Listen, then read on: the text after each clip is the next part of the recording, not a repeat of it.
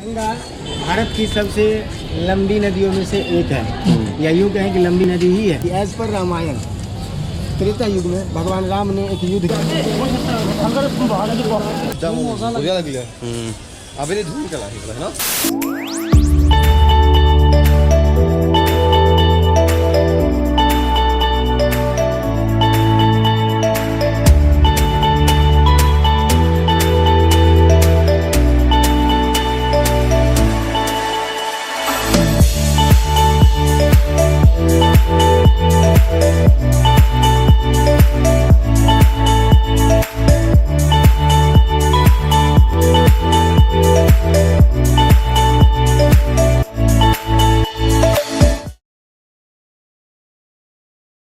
নমস্কাৰ বন্ধুসকল, আজি আমাৰ জাৰ্ণিৰ 3 নম্বৰ দিন। দিল্লীৰ পৰা আমি নন্দা দেৱী এক্সপ্ৰেছেৰে হৰিদ্বাৰ ষ্টেচন আহি পালোঁ। আজি তাৰিখ হৈছে 3 মে' আৰু সময় হৈছে ৰাতিপুৱা 4টা। হৰিদ্বাৰত গংগা নদীৰ ঘাটৰ এয়া মোৰ প্ৰথম দৰ্শন।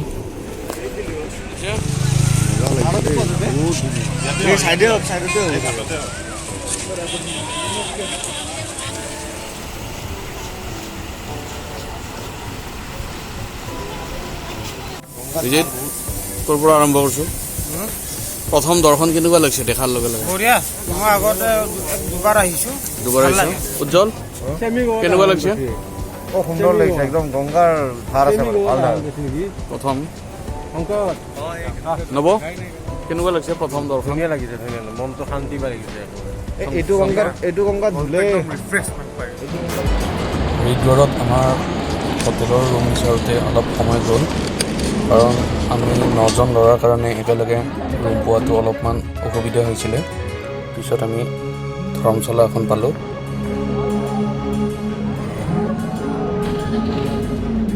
এয়া হৈছে হৰিদ্বাৰৰ গংগা ঘাটৰ এনেকুৱা এটা দৃশ্য।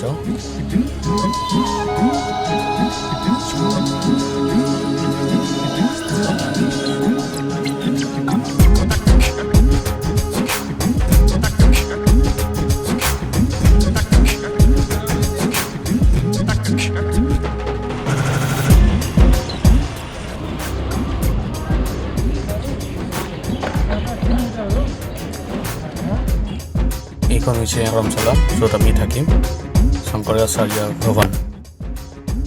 এতিয়া সময় হৈছে ৰাতিপুৱা 8:40।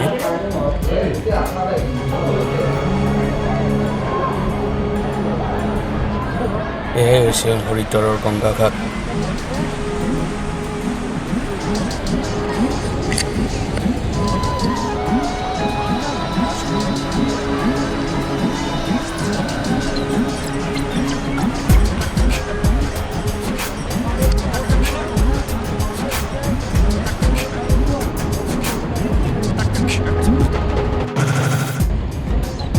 আমি এতিয়া ঋষিকেশ যাবলৈ ৰাওনা হৈছোঁ। ইয়াৰে পৰা আমি 9জন ল'ৰা একেলগে এখন শ্বেয়াৰ অটো ভাড়া কৰি ঋষিকেশ যাম।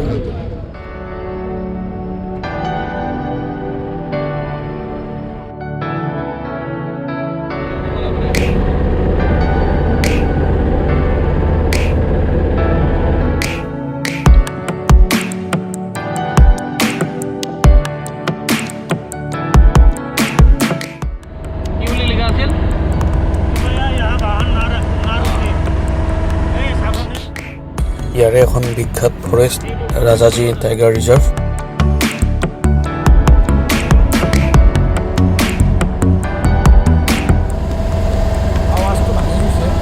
গৰম লাগিছে নেকি বেছি?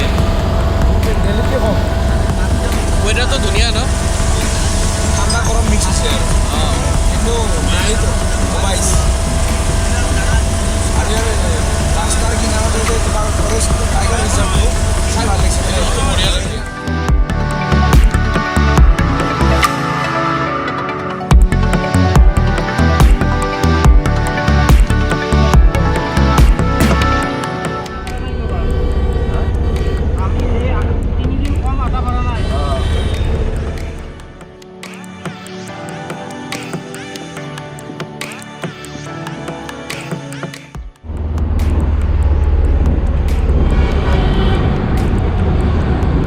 ঋষিকেশ যোৱা ৰাস্তাৰ মাজতে আমি এয়া দৰ্শন কৰিম সত্যনাৰায়ণ মন্দিৰ।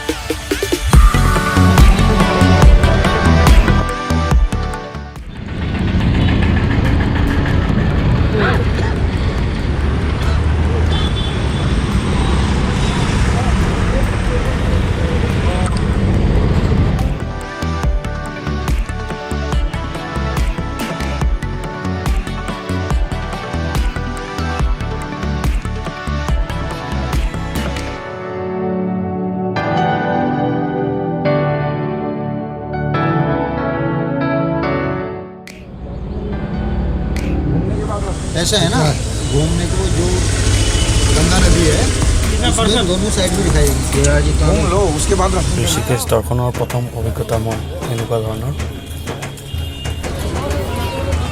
ঋষিকেশ গংগা নদী এইটো আমি এতিয়া সোমাইছোঁ ঋষিকেশ।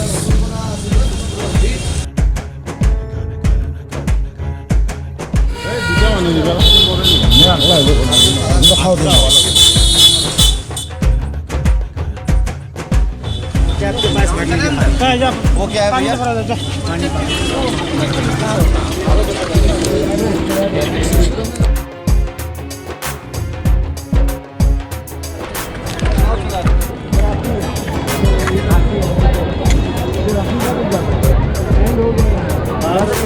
जल्दी जल्दी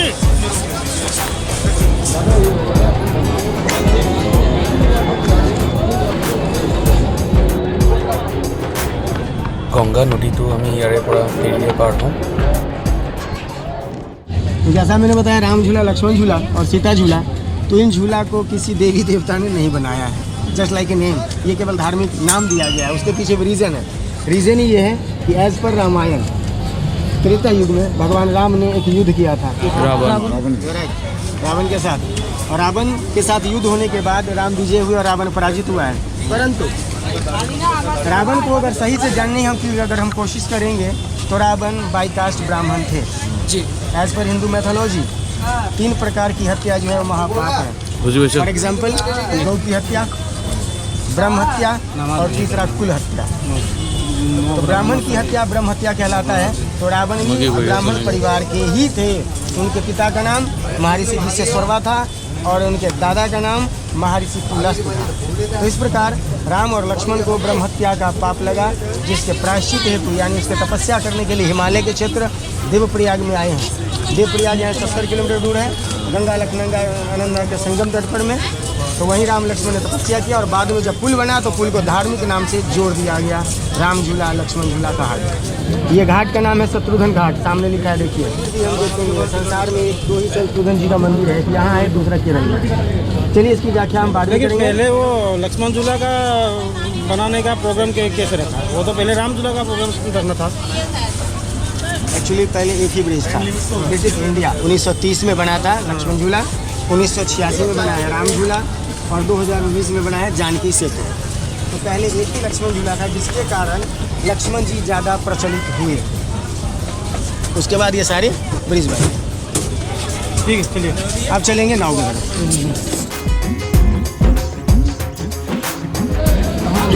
টিকেটত আমাৰ ল'লে 10 টকাকৈ পাৰ হেড। অপমান করছি আর বউ তোমার কথা বললা আৰু কোনে খাব?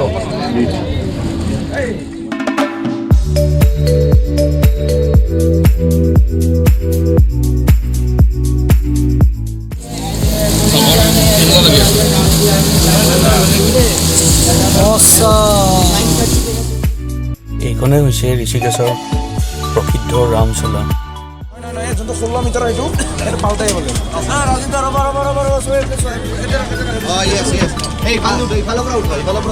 বঢ়িয়া ফটো আহিছে মজা হ'ব বেকগ্ৰাউণ্ডটো চাই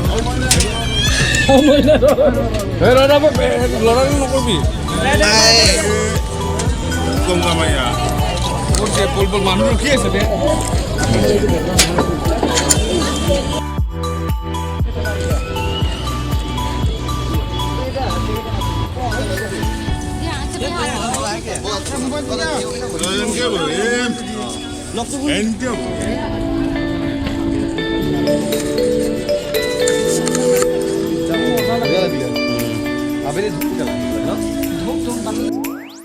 गंगा भारत की सबसे लंबी नदियों में से एक है, या यूँ कहें कि लंबी नदी ही है। और गंगोत्री से हिमालय से इनका सोर्स है। और भारत में करीब 2500 किलोमीटर को मेल करने के बाद बंगाल की खाड़ी यानी गंगा सागर में मिली है। और गंगा अपने आप में एक पवित्र नदी है जो मोक्ष के नाम से जाना जाता है। ठीक है, इसीलिए विश्व के विभिन्न देशों से में जो हिंदू लोग हैं या अन्य धर्म के भी लोग हैं, अस्थि विसर्जन या तर्पण इत्यादि करने के लिए गंगा के तट पे ही आते हैं, है ना। अब हम लोग इस समय है ऋषिकेश में। ऋषिकेश जो कि खास करके ऋषि मुनियों को डेडिकेट करता है, ऋषि मुनियों के नाम से जाना गया है। और ये 3 भाग में विभाजित है।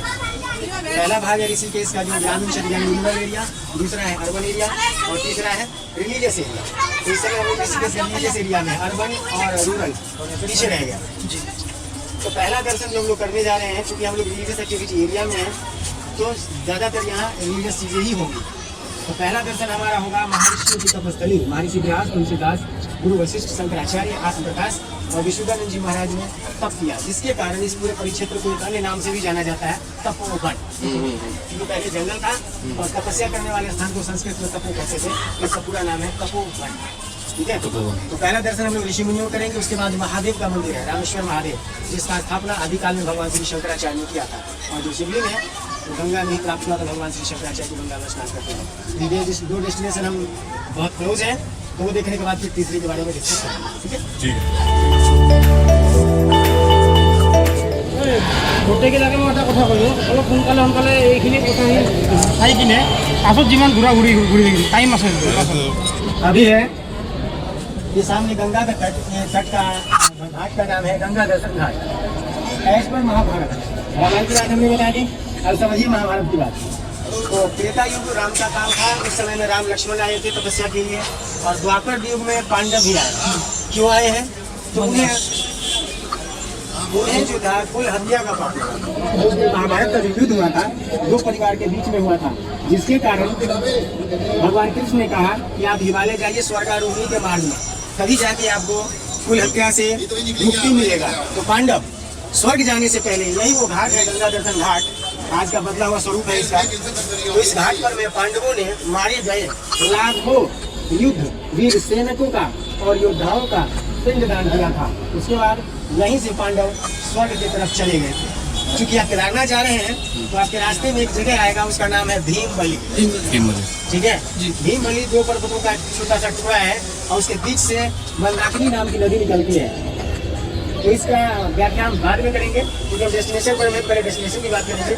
तो यहीं से पांडव जो थे पिंडदान करने के बाद स्वर्ग की तरफ चले गए थे, इसीलिए इस जगह को स्वर्ग आश्रम के नाम से भी जाना जाता है। अब इस श्रृंखला में आता है दर्शन की। तो चप्पल जूता खोलना है, 3-4 जगह आपको खोलना है, घुसते हैं। उसके बाद में सीधा खोलना, वहाँ से दर्शन करना। तो चप्पल जूता खोल के अंदर दर्शन करना है। अंदर फोटो लेना बना है, सामने लिखा हुआ है। तो जहाँ अलाउड होगा हम बता देंगे, जहाँ नहीं अलाउड है जा पाएंगे गुप्त काशी। गुप्त काशी के बाद नेक्स्ट डे आप सोनप्रयाग के ड्राइव करेंगे। सोनप्रयाग तक ही गाड़ी आपको छोड़ेंगे। सोनप्रयाग से 1 शटल चलती है। पहले 30 रुपये किराया था, अभी पता नहीं पर कितने रुपये होगा। वह शटल आपको वहाँ से गौरीपुर लेके जाएगा, यानी सोनप्रयाग से गौरीपुर लेकर जाएगा। ये इसलिए बता रहा हूँ ताकि आपको आगे परेशानी ना हो। अब मैं बात कर रहा हूँ तो इसका स्थापना भगवान श्री शंकराचार्य ने आदिकाल में किया।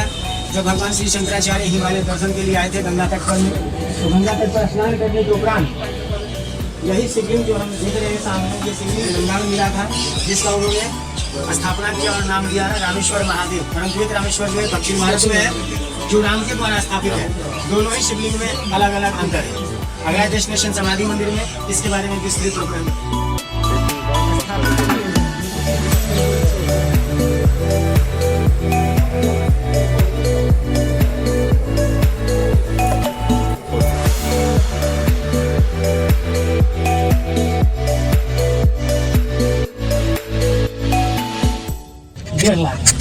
और 1.5 लाख जनसंख्या में 2 म्यूनिसिपल कॉर्पोरेशन है।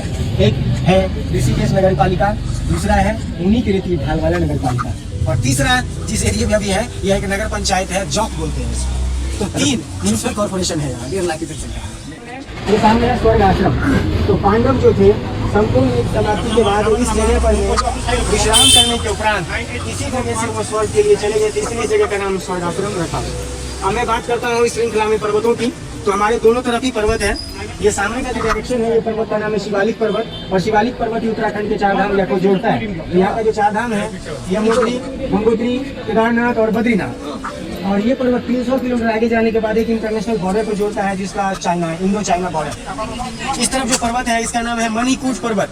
तो ये पर्वत जो है 450 किलोमीटर आगे जाने के बाद ये भी एक इंटरनेशनल बॉर्डर को जोड़ता है, लेकिन वो इंटरनेशनल बॉर्डर नेपाल का लगता है, यानी इंडो नेपाल बॉर्डर। और यहाँ के प्रमुख हिल स्टेशन की अगर बात करें तो यहाँ के 2 हिल स्टेशन जो प्रमुख हैं, एक तो हिल क्वीन यानी पहाड़ों की रानी मसूरी, और दूसरा नैनीताल। 2 नेशनल पार्क है जहाँ जंगल सफारी वगैरह होता है।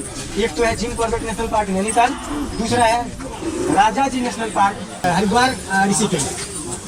अब इस श्रृंखला में प्रमुख चीजों की बात करें, क्योंकि ऋषिकेश आध्यात्मिक, वैदांतिक और पौराणिक रूप से दिव्य भूमि के नाम से जाना गया है, पुण्य भूमि के नाम से जाना गया है। और ऋषिकेश ऋषि मुनियों की तपस्थली और रिसर्च स्थल रहा है, जो मानव जीवन के लिए बहुत सारी चीजों का खोज किया। तो उन्हीं में से बहुत सारी चीजें हैं जो हम उपयोग करते हैं तो हमारा जीवन अच्छा होता है। तो ये 3 विशेष चीज हिमालय के हैं, उनमें से सबसे पहला स्थान है गंगा। इसमें स्नान, पिंडदान, अस्थि विसर्जन, तर्पण के लिए विश्व के हिंदू लोग यहाँ थे। दूसरा विशेष चीज है हिमालय का रुद्राक्ष। रुद्राक्ष संसार के 3 हिस्सों में होता है, और रुद्राक्ष का सही अर्थ अगर हम समझ लें तो भगवान शिव से ही उत्पत्ति है इसका। भगवान शिव सती के वियोग में उनके जो कुछ पवित्र आंसू दिए थे, उससे रुद्राक्ष की चोटी के संसार के 3 हिस्सों में मात्र पाया गया। इंडोनेशिया का बाली द्वीप, नेपाल का काठमांडू और भारत का ये हिमालय क्षेत्र। 1 से 14 मुख का रुद्राक्ष होता है, परंतु एक मुख्य रुद्राक्ष 12 वर्षों में एक ही बार एक पेड़ में आता है, बहुत ही रेयर होता है। स्टॉक होने पर कई बार मिलता है, नहीं तो इसका दर्शन ही काफी है। क्योंकि कहा गया है मार्ग पुराण में, एक मुखी तो सदा सुखी, अर्थात एक मुख्य रुद्राक्ष जो है इसके दर्शन से हमसे जो कोई भूल, गलती, पाप इत्यादि हो जाता है उनसे मुक्ति मिल जाती है। पितृदोष समझते हैं जी, हमारे माता पिता हैं, हमने कोई ऐसी बात बोल दी जिनसे वो हर्ट हो गया, तो उसका नेगेटिव एनर्जी आपको पक्का मिलेगा। इसलिए माता पिता को कभी कष्ट मत देना, जितना संभव हो सके उनके सामने ऊंची आवाज में मत बोलना, क्योंकि जो माता पिता है का सेवा अगर नहीं किया तो ये केदारनाथ ऋषिकेश जाना जमीन सब बेकार है, बेकार आए हम सब यहाँ। इसलिए माता पिता के सामने लाउडली नहीं बोलना है, मुझे बोलना एकदम रिस्पेक्ट करना है। और माता पिता जो आशीर्वाद दे देगा ना सबसे बड़ा है, उसके सामने दुनिया की सारे रत्न फेल है। क्या हम गूंगा, क्या हम पत्थर पहनते, हीरा पहनते, वो सब फेल है। इसलिए माता पिता का सम्मान करना चाहिए। तो इन पितृदोष जो हर्ट करते हैं ना, तो उसका नेगेटिव एनर्जी जो हमें मिलता है उन सब चीज़ों से भी रुद्राक्ष हमें बचाता है। लेकिन ये ध्यान रहे, माता पिता अगर संतान से गलती हो जाता है तो माता पिता उसको क्षमा कर देता है। माता पिता की नेगेटिव एनर्जी संतान को कभी नहीं लगता, ठीक है, आशीर्वाद ही लगता है। तो मानव जाति के लिए जो रुद्राक्ष है सर्वोत्तम वो पंचमुखी, रीजन कि मानव का शरीर भी पंच तत्व से निर्मित है। दूसरी सबसे बड़ी बात, जिस प्रकार हम लोगों का जन्म माँ के गर्भ से 9 महीने में होता है, उसी प्रकार रुद्राक्ष के पेड़ में 9 महीना लगा देता है। अब जाकर पकता है, तब जब कलेक्शन का टाइम आता है तो पता चलता है कि कौन क्या रुद्राक्ष है। ये मेडिसिन भी है, दवा। तीसरा, अकाल मृत्यु हारी भी है। ये जनरल मेडिसिन के तौर पर अगर हम इसका जल पीते हैं तो हमारे बॉडी के एनर्जी को बढ़ाता है, एनर्जी लेवल को बढ़ाता है। बाकी जो विभिन्न प्रकार की बीमारी है उसको भी कंट्रोल करता है। इसका सर्वप्रथम रिसर्च भगवान धन्वंतरी ने किया था, जो देवताओं के डॉक्टर थे, है ना। तो शुद्ध बर्तन किसका मानते हैं? मिट्टी, पित्तल, तांबा ही है शुद्ध बर्तन। ये बात अलग है कि आज हम चीनी, मिट्टी और स्टील पे आ गए, है ना। तो इसमें पानी भरिए, रुद्राक्षी माला को संध्या वेला छोड़ दीजिए और सुबह उसका जल कीजिए। ऐसा नहीं कि रुद्राक्ष समझ पीगा, ये नहीं करना है। रुद्राक्ष को बाहर निकालिए, उसका जल केवल कीजिए। होता क्या है, जैसे रुद्राक्ष पानी के संपर्क में आता है उसमें से जूस निकलना शुरू हो जाता है। वही जूस ब्रह्म औषधि है। ब्रह्म औषधि ऐसी औषधि जो कभी खत्म ना हो। आपके स्टोर में भी दवा खत्म हो जाएगा, लेकिन रुद्राक्ष की जो औषधि का गुण है वो 5000 वर्षों में भी कभी खत्म नहीं होगा। 500 रुपए की दवा खरीदेंगे सप्ताह में खत्म, लेकिन रुद्राक्ष का जो औषधि गुण है वो 5000 वर्षों में भी कभी खत्म नहीं होगा। अनंत काल के लिए है वो। आप यूज करो, आपके बच्चे यूज करेंगे, उसके बच्चे यूज करेंगे। इतना जीवन होता है उसका। एक बात आपको पूछते हैं, जब मैं काशी गया हुआ था तो काशी में बनारस काशी, तो काशी दर्शन का बाद मेरे को मतलब जो फूल देते हैं उसमें से मेरे को एक रुद्राक्ष आया था मेरा हाथ पे, तो वो रुद्राक्ष मैं अपना मंदिर पे रख दिया तो वो अपने आप वहाँ से गायब हो गया। बिल्कुल होगा, बिल्कुल होगा, गायब इसीलिए होगा क्योंकि वो आपके लिए था ही नहीं। जब फूल दान करते हैं लोग काशी में, ऐसी परंपरा है कि काशी में जब फूल का मतलब अस्थि जब दान विसर्जन करते हैं तो उसके साथ एक रुद्राक्ष डालते हैं ताकि शिव लोग इनको प्राप्त हो। जी ठीक है, तो आप जबरदस्ती वहाँ से ले आए? नहीं वो पुजारी जब दिए थे नहीं लेना नहीं था, उसको वहीं प्रवाहित कर देना था जी। तो अपनी जगह पे वापस जा चुका है वो, इसीलिए इसके बारे में सोचना भी नहीं है, जानना भी नहीं है जी। रीजन मैंने आपको बता दिया, ये रीजन है। एज पर स्कंद पुराण, हमारे धर्म में 4 वेद 18 पुराण 6 शास्त्र हैं, तो उनमें से स्कंद पुराण में इसका वर्णन आपको मिल जाएगा। स्कंद पुराण में 16वें अध्याय 4था श्लोक आत्मा के ऊपर है, समझिए। अब मैं बात करूंगा तीसरे सबसे विशेष चीज हिमालय का जो है स्फटिक, नाम सुना होगा आप लोगों ने, आइस बिकम स्टोन। हिमालय में जो बर्फ गिरता है, जो बर्फ सैकड़ों वर्षों तक जमा रह गया तो पत्थर का स्वरूप ले लेता है। हार्ड स्फटिक, जिसका स्थापना स्वयं राम ने किया था, कहाँ? रामेश्वर में, स्फटिक शिवलिंग। तो इसीलिए रामायण में लिखा गया, राम स्फटिक स्थापना की ना जीत लंका विभीषण देना। कॉमन शब्दों में अगर कहूँ तो राम के पास इतनी शक्ति नहीं थी कि रावण को मार सके, हरा सके। तो स्फटिक में 33 कोटि देवता। हमने क्यों कहा आप श्रीयंत्र रखिए, स्फटिक का श्रीयंत्र रखिए, तो आप समझ में आएगा आपको। स्फटिक में 33 कोटि देवता, अष्ट शक्ति, अष्ट शक्ति मतलब अष्ट दुर्गा, नव दुर्गा नहीं, अष्ट दुर्गा, नव दुर्गा भी आप कह सकते हैं, और अष्ट लक्ष्मी, शिव और शक्ति का स्वरूप पाया जाता है। जब इतने प्रकार का शक्ति भगवान राम को मिला है इसकी स्थापना से, तब जाके रावण पर विजय प्राप्त कर पाए हैं। तो इसका जो विभिन्न प्रकार का चीज बनता है, basically yoga, meditation, concentration, peace of mind, या ऐसे लोग जो शॉर्ट टेम्पर्ड हो, है ना, उनके लिए बहुत अच्छा होता है। या ऐसे लोग पेपर वर्क ज्यादा करते हो, तो हमारे शरीर में 7 चक्र हैं। यहाँ से शुरू करें, क्राउन चक्र, हार्ट चक्र, स्टमक, सेक्सुअल रिजॉर्ट और 3 फीट एंड नी, टोटल 7 चक्र हैं। तो इन 7 चक्रों को जो स्फटिक है एक्टिवेट रखता है। इनमें से कोई भी चक्र डिसऑर्डर में आता है ना, सपोज कि क्राउन चक्र डिसऑर्डर में आया, तो निश्चित रूप से क्राउन चक्र का डिसऑर्डर का मतलब आदमी पागल भी हो सकता है। जो पागलपन का शॉर्ट टेम्पर्ड पहला लक्षण है। आदमी का जब ब्रेन डिस्टर्ब होता है ना, तो डिसऑर्डर का पहला लक्षण होता है। इसको कंट्रोल योग के द्वारा भी किया जा सकता है, लेकिन योग का जो सबसे बड़ा टूल है वो स्फटिक। रेकिशियंस जो होते हैं वो भी इसी पर में करते हैं, स्फटिक टूल्स पे ही रेकी ट्रीटमेंट करते हैं। तो ये इस प्रकार की चीजें होती है। स्फटिक की माला होती है, स्फटिक का श्रीयंत्र होता है, गणेश, लक्ष्मी, शिवलिंग इत्यादि बनता है। तो ये 3 विशेष चीज है। अभी स्वर्गाश्रम हमने देखा, इसके बाद हम एक विशेष दर्शन के लिए जाएंगे, क्योंकि आप लोगों की भी इच्छा है हम देखें। तो रुद्राक्ष देखेंगे, एक मुख्य रुद्राक्ष दर्शन करेंगे, जानेंगे, समझेंगे। जिसकी रिक्वायरमेंट हो गवर्नमेंट के सेंटर में आप ले सकते हैं, वो भी विथ गारंटी सर्टिफिकेट। बट वहाँ वीडियो शूट अलाउड नहीं है, ऑलमोस्ट सर्विलेंस एरिया में है।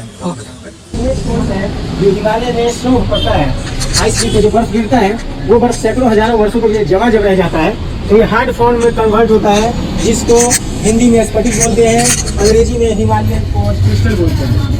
इसका कलेक्शन एक सामान्य लोग नहीं करते हैं, गवर्नमेंट का पर्टिकुलर डिपार्टमेंट है, इसका नाम है ASI।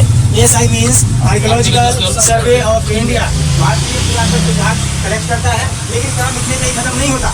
इसका एक और पर्टिकुलर डिपार्टमेंट है जो इसका रिसर्च करता है, GSI, it means geological survey of India. इतने प्रकार के रिसर्च से गुजरने के बाद एक पर्टिकुलर चीज हमारे आपके बीच में प्रस्तुत होता है। तो आइए इस श्रृंखला में जानते हैं कि ये है क्या, मानव जीवन में इसका उपयोग क्या है, और ये है चीज क्या।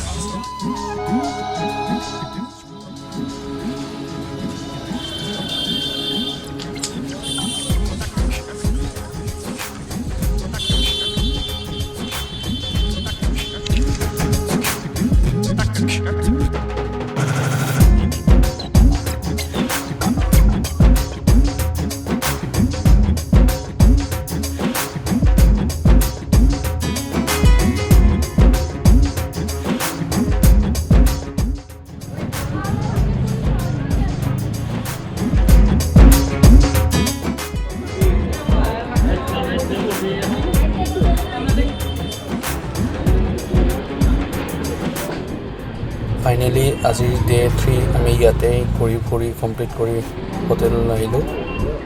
কাইলৈ ৰাতিপুৱা আমি টেক্সিৰে যাত্ৰা কৰিম গৌৰীকুণ্ডলৈ। ইয়াৰে নেক্সট পাৰ্টটো চাব। ধন্যবাদ।